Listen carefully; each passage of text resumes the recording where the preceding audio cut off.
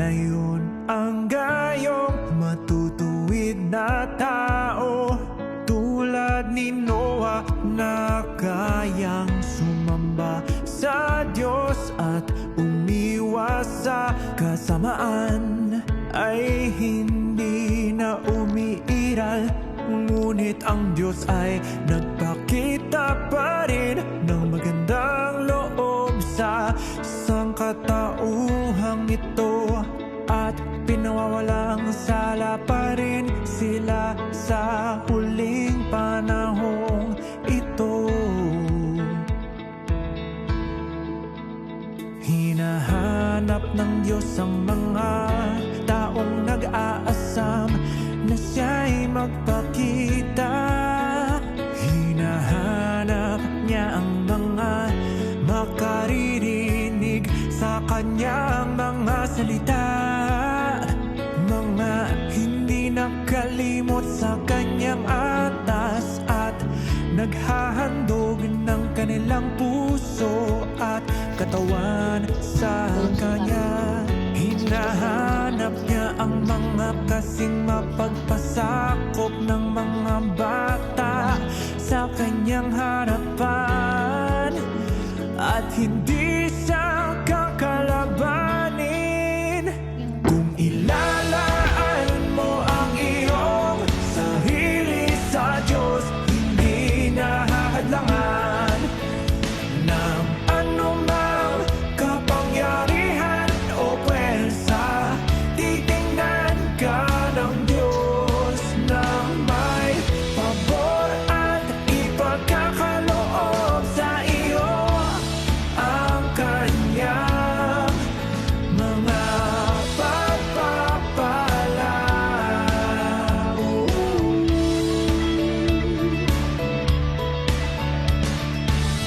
Kung ikaw ay may mataas na katayuan, may marangal na reputasyon, may saganang kaalaman, nagmamay-ari ng napakaraming ari-arian, at suportado ng maraming tao, subalit hindi ka napipigilan ng mga bagay na ito na lumapit sa Diyos upang tanggapin ang kanyang pagtawag at kanyang atas,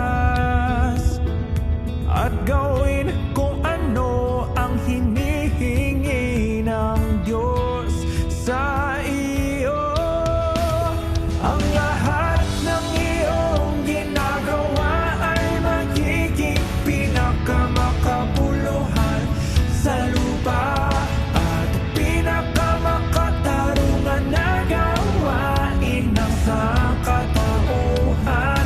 Kung tatanggihan mo ang tawag ng Diyos para sa kapakanan ng katayuan at sarili mong mga mithiin, lahat ng iyong gagawin ay susumpain at kamumuhian pa ng Diyos. Maaaring ikaw ay isang presidente, isang siyentipiko, isang pastor, o isang nakatatandang pinuno.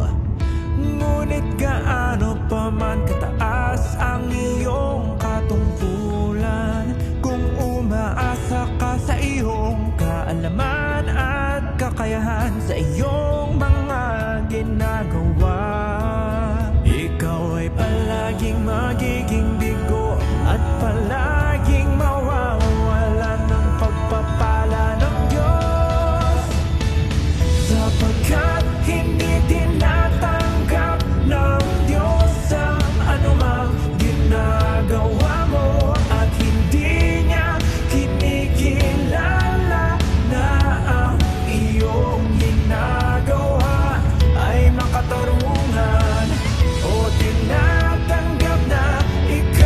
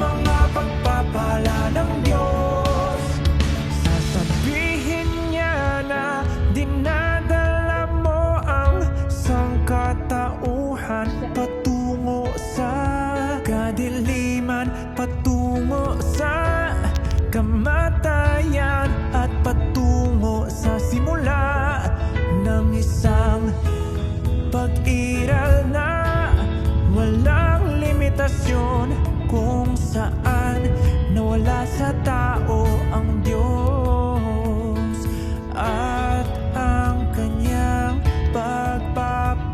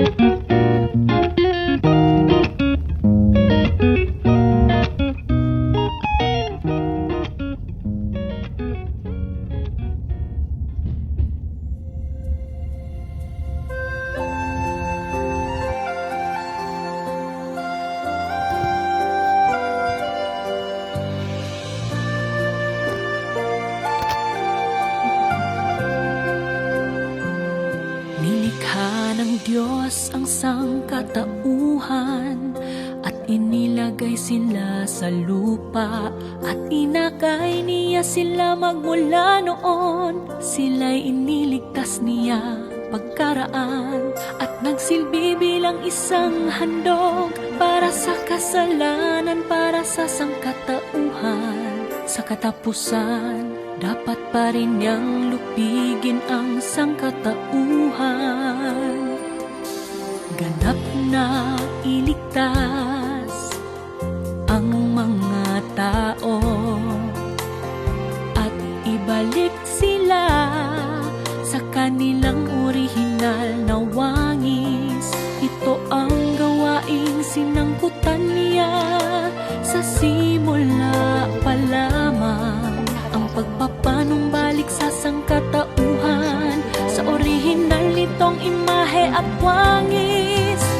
Itatatag ng